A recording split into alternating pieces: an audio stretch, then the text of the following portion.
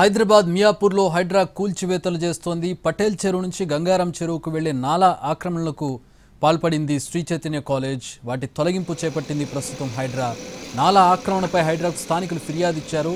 ఇందులో నాలాలో మట్టిని నింపి కబ్జా చేసినట్లుగా హైడ్రా గుర్తించింది. జేసీబీలతో నాలాకు అడ్డుగా వేసిన మట్టిని తొలగిస్తూ ఉన్నారు హైడ్రా అధికారులు. ప్రస్తుతం ఆ దృశ్యాలను మనం చూడవచ్చు. మియాపూర్లో అక్రమ కబ్జాకు పాల్పడినటువంటి హైదరాబాద్ మియాపూర్లో హైడ్రా కూల్చివేతలు చేపట్టింది. పటేల్ చెరువు నుంచి గంగారం చెరువుకు ఇవంతా కూడా గొలుసుకట్టు చెరువులు. ఆ చెరువుల్లోంచి నీరు ఒక చెరువులో నిండితే మరొక చెరువులోకి వెళ్ళడానికి నాలాను ఏర్పాటు చేశారు.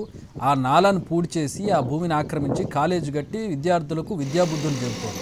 చేసేది బుద్ధి లేని పనులు. మరో పక్కన విద్యార్థులకు విద్యాబుద్ధులు చెప్పేటటువంటి శ్రీ చైతన్య కాలేజ్ చేసినటువంటి ఆక్రమణను చూస్తూ ఉన్నాం. ఒక చెరువులోంచి ఇంకొక చెరువులోకి నీళ్లు వెళ్ళేటటువంటి నాలాను ఆక్రమించింది. ఇలా నాలాను ఆక్రమించే కదా వరదల్లో హైదరాబాద్ను ముంచెత్తుతూ ఉన్నారు. అలాంటి పరిస్థితిని ప్రస్తుతం చూస్తున్నాం. హైడ్రా మరొకసారి తన పంజా విసిరింది. హైడ్రా అక్రమార్కుల కబ్జాలను ఏ విధంగా వాటిని రిలీవ్ చేసి ఏ విధంగా వాటర్ బాడీస్ని కాపాడుతుందనేది మరొకసారి మనం చూడవచ్చు. మియాపూర్లో చోటు చేసుకుంది. నాలాలో మట్టి నింపి కబ్జా చేసింది శ్రీ చైతన్య కాలేజ్. ఆ నాలాలో మట్టి తొలగిస్తోంది ప్రొక్లైనర్లతో. ఒక చెరువులోంచి ఇంకొక చెరువులోకి వెళ్లాల్సినటువంటి నాలా, ఈ చెరువు నిండిపోతే ఆ చెరువులోకి నీళ్లు ఈ నాలా ద్వారా వెళ్ళాలి. కానీ నాలా మూసేశారు. మన నీళ్ళు ఎక్కడికి పోతాయి?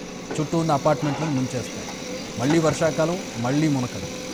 ఇలా నాలాలను మూసేయడం వల్ల జరిగేటటువంటి ఉపద్రవాలను మనం ప్రతి ఏడాది చూస్తూనే ఉన్నాం. దాంట్లో ఇది ఒక చిన్న ఘటన.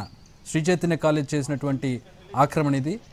నాలాను ఆక్రమించి మట్టిని నింపి అక్కడ బిల్డింగులు కట్టి విద్యార్థులకు విద్యను అందిస్తూ ఉంది శ్రీ చైతన్య కాలేజ్. హైదరాబాద్ మియాపూర్లో ఈ ఘటన చోటు చేసుకుంది. పటేల్ చెరువు నుంచి గంగారం చెరువుకు వెళ్ళేటటువంటి నాలా ఆక్రమణకు గురైంది. ఆక్రమణ చేపట్టింది శ్రీ చైతన్య కాలేజ్.